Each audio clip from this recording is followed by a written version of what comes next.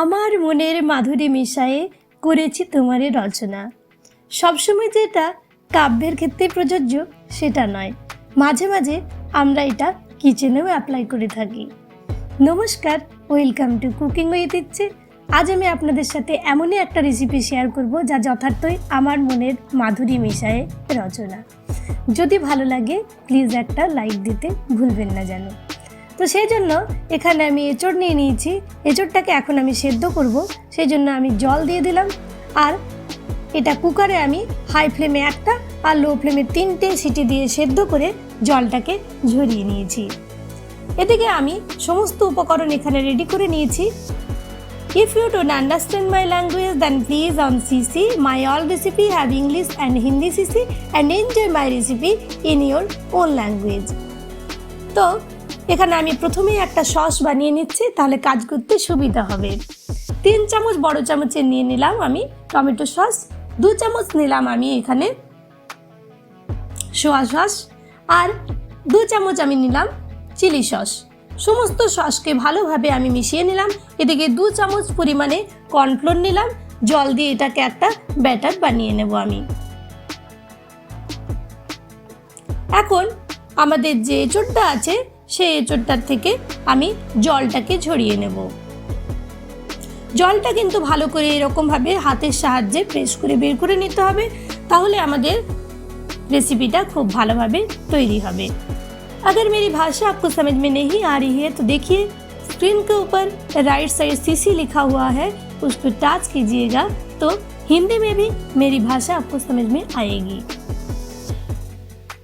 যদি আমার চ্যানেলে আপনি প্রথম দর্শক বন্ধু হন তাহলে প্লিজ ফুল ভিডিওটাকে ওয়াচ করে চ্যানেলটাকে সাবস্ক্রাইব করতে ভুলবেন না যেন।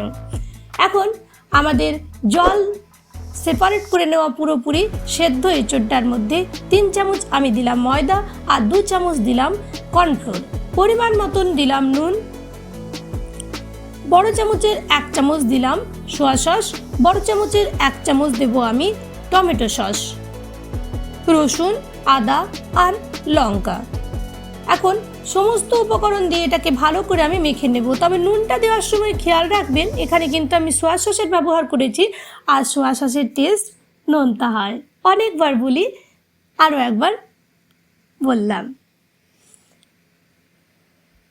এখন আমি এটার থেকে কয়েকটা বল বানিয়ে নিচ্ছি। যেহেতু জলটা ঝরিয়ে নিয়েছিলাম তাই ময়দা বা কর্নফ্লোর বেশি লাগেনি। পুরো এঁচড় এঁচড় দেখতেই পাচ্ছেন, বলগুলো দেখেই বোঝা যাচ্ছে। আর বলগুলো যেহেতু বাড়িতে খাওয়ার জন্য বানিয়েছি তাই একটু বড় বড় করে বানাচ্ছি। আপনি যে কোনো ছোট বড় যেভাবে ইচ্ছে সেভাবে বানাতে পারেন। আর এটা কিন্তু দারুণ ইয়াম্মি, একদিন অবশ্যই এই সিজনে বানিয়ে দেখতেই পারেন।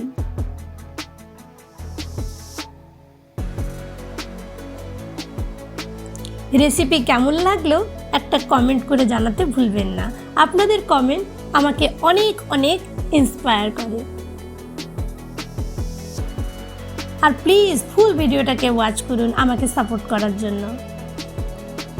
এখন হোয়াইট অয়েল খুব ভালো মতো গরম করে আঁচটাকে কম করে দিয়ে আমি বলগুলোকে ফ্রাই করে নেব।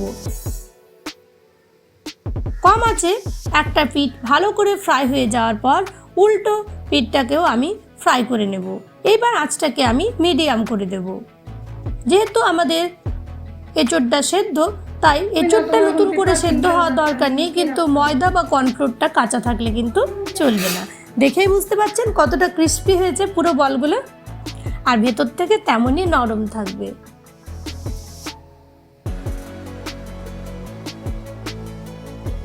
তুলে নিলাম, ভালো করে ফ্রাই হয়ে গেছিল দেখুন।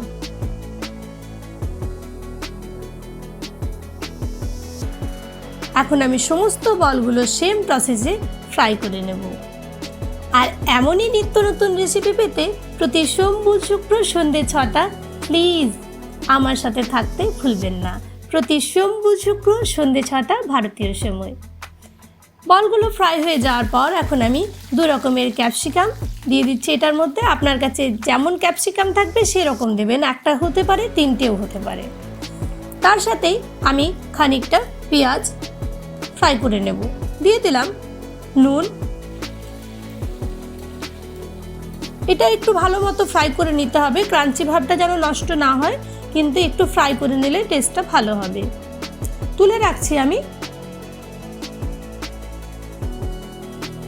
এবার তেলটাকে একটু কমিয়ে ওর মধ্যে আমি দিয়ে দিলাম বড় চামচের 1.5 চামচ রসুন কুচি, বড় চামচের 1 চামচ আদা কুচি, একটু লঙ্কা।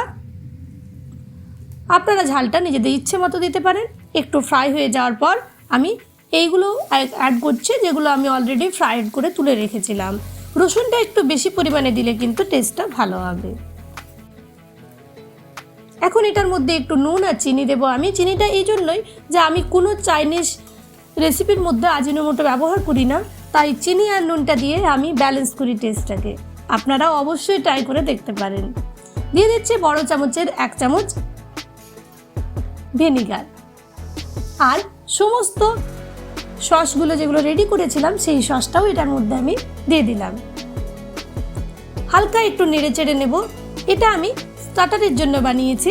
আপনারা যদি মেন কোর্সে বানান তাহলে একটু বেশি জল দিতে হবে। এই পর্যায়ে দিয়ে দিলাম আমি গুলে রাখা কর্নফ্লোরটা, আর কর্নফ্লোর দিয়ে সাথে সাথে কিন্তু একটু জল দিয়ে দিতে হবে, না হলে কর্নফ্লোরটা নিচে ধরে যাবে। এখন আমি এঁচড়ের বলগুলো দিয়ে দিলাম এটার মধ্যে। তাহলে কি বানালাম বলুন তো? আমি আজকে বানালাম এঁচড় মাঞ্চুরিয়ান।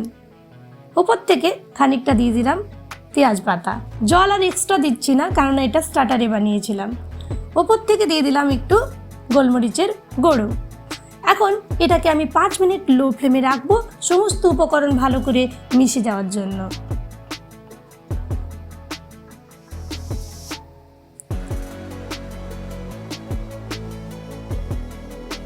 5 মিনিট পরে ঢাকনা খুলে রেডি আমাদের রেসিপি। ধন্যবাদ, ভালো থাকবেন।